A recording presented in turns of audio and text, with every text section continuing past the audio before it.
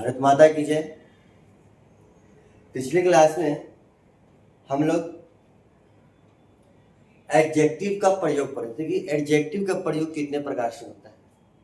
आज की क्लास में हम लोग correct use of some adjectives पढ़ेंगे कि कुछ एडजेक्टिव हैं जिनका करेक्ट यूज कैसे होता है।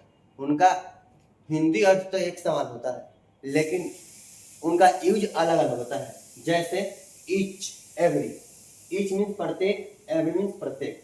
देखिए ईच मीन्स भी प्रत्येक होता है, एवरी मीन्स भी प्रत्येक होता है, लेकिन इनका प्रयोग या उपयोग अलग अलग तरीके से होता है। जैसे ईच का दो तथा दो से अधिक के लिए, जबकि एवरी का प्रयोग दो से अधिक के लिए सिंगुलर काउंटेबल नाउन के पहले होता है। यानी कि ईच का प्रयोग दो तथा दो से अधिक के लिए, दोनों के लिए होता है, जबकि एवरी का प्रयोग हमेशा दो से अधिक के लिए सिंगुलर काउंटेबल नाउन के पहले होता है। जैसे ही has two pens and each is costly.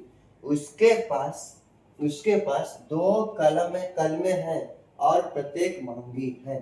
तो देखिए ही हैज टू पेन्स, यहाँ कलम दो है लेकिन इसके लिए ईच का प्रयोग हुआ है। उसी प्रकार यहाँ he has many books and each या एवरी बुक इज इंटरेस्टिंग। मतलब कि उसके पास बहुत पुस्तकें हैं और प्रत्येक पुस्तक रोचक है। तो यहाँ देखिए ईच का प्रयोग दो से अधिक के लिए भी होता है, एवरी का भी प्रयोग दो से अधिक के लिए होता है। तो इसमें ऐसे हो सकता है कि इसलिए यहाँ ईच का भी प्रयोग हुआ है और एवरी का भी प्रयोग हुआ है, क्योंकि ईच का प्रयोग दो से अधिक के लिए भी होता है और दो के लिए भी, और एवरी का प्रयोग दो से अधिक के लिए होता है। तो देखिए यहाँ मैनी बुक्स मतलब पुस्तक तो बहुत है, इसलिए यहाँ ईच भी सही है और एवरी भी सही है। अब दूसरा है मैनी और मच। मैनी मतलब भी बहुत होता है, मच मतलब भी बहुत होता है, लेकिन इसका प्रयोग देखिए मैनी से संख्या का बोध होता है और इसके बाद प्लूरल नाउन आते हैं, जबकि मच से मात्रा का बोध होता है और इसके बाद अनकाउंटेबल नाउन आता है। यानी कि मैनी का मतलब भी बहुत होता है, मच का मतलब भी बहुत होता है, लेकिन मैनी का प्रयोग संख्या दिखाने के लिए होता है और मच का प्रयोग मात्रा बताने के लिए होता है। जैसे एग्जांपल देखिए ही हैज मैनी फ्रेंड्स, उसके बहुत दोस्त हैं। दोस्त की गिनती हो सकती है, दोस्त की संख्या आती है कि एक दोस्त, कि दो दोस्त, कि तीन दोस्त, इसलिए मैनी का प्रयोग हुआ है। दे हैव मच मनी, उन लोगों के पास बहुत पैसा है। तो पैसा की गिनती होती है, लेकिन पैसा को ग्रामर के अनुसार अनकाउंटेबल नाउन में रखा जाता है, इसलिए पैसे की मात्रा बता सकते हैं।